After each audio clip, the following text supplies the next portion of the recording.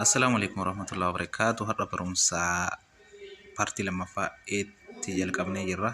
Waan beeknurraa wal barsiisna. Nagaa keessanii warra amantaa biras nageenya keessan bakka jirtan hundatti sabni Oromoo isiniif haa baay'atu.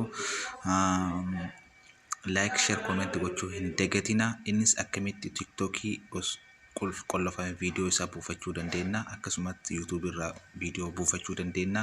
Akkasumas FB irraa buufachuu dandeenya. Jettanii warri nama gaafatan fakkeenyaaf TikTokitti viidiyoo kana hin bananname irraa banii jettanii warri keessan nama gaafatan osoo isan gaafatin akkamitti akka buufatan isiniif hima.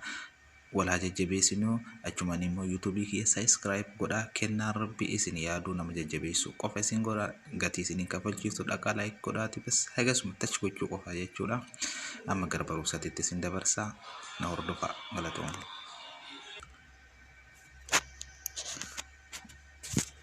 Okay, amma TikTokii banee viidiyoo kana akkamitti akka buusu amma viidiyoon kun buusatuuf jechuudhaan qabu banaa miti jechuudha. Amma isin argisiisa kun banaa miti silaasitti nama mul'isa jechuudha. Warroota akkaataatti godhan gadxiyyee gaggaragaltuu fi viidiyoo daawunloodii qaban fakkaate.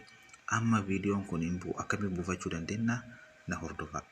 Fakkeenyaaf amma viidiyoo kana share goona akka nama WhatsApp fi Imooti FB share godhutti share goona. Obsaan hordofaa.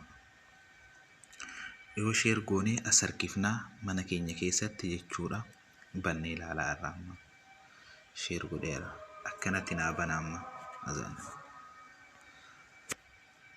Yoo inni naa bahe kun Vidmate irratti share goona. Vidmateen kun buufachuun keessan dirqama jechuu awwala telefoona irratti bilbila keessan irratti isa irratti dhayeeraa amma naa fida jechuu viidiyoo san barbaadee naa fida.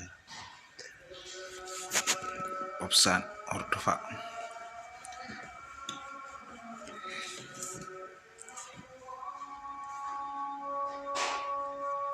Viidiyoo san barbaadee naa fida jechuudha. TikTokiidhaan an laalisan. Booda viidiyoon sun amma nan eeyyamu miree kun asitti immoo daawunlood qaba.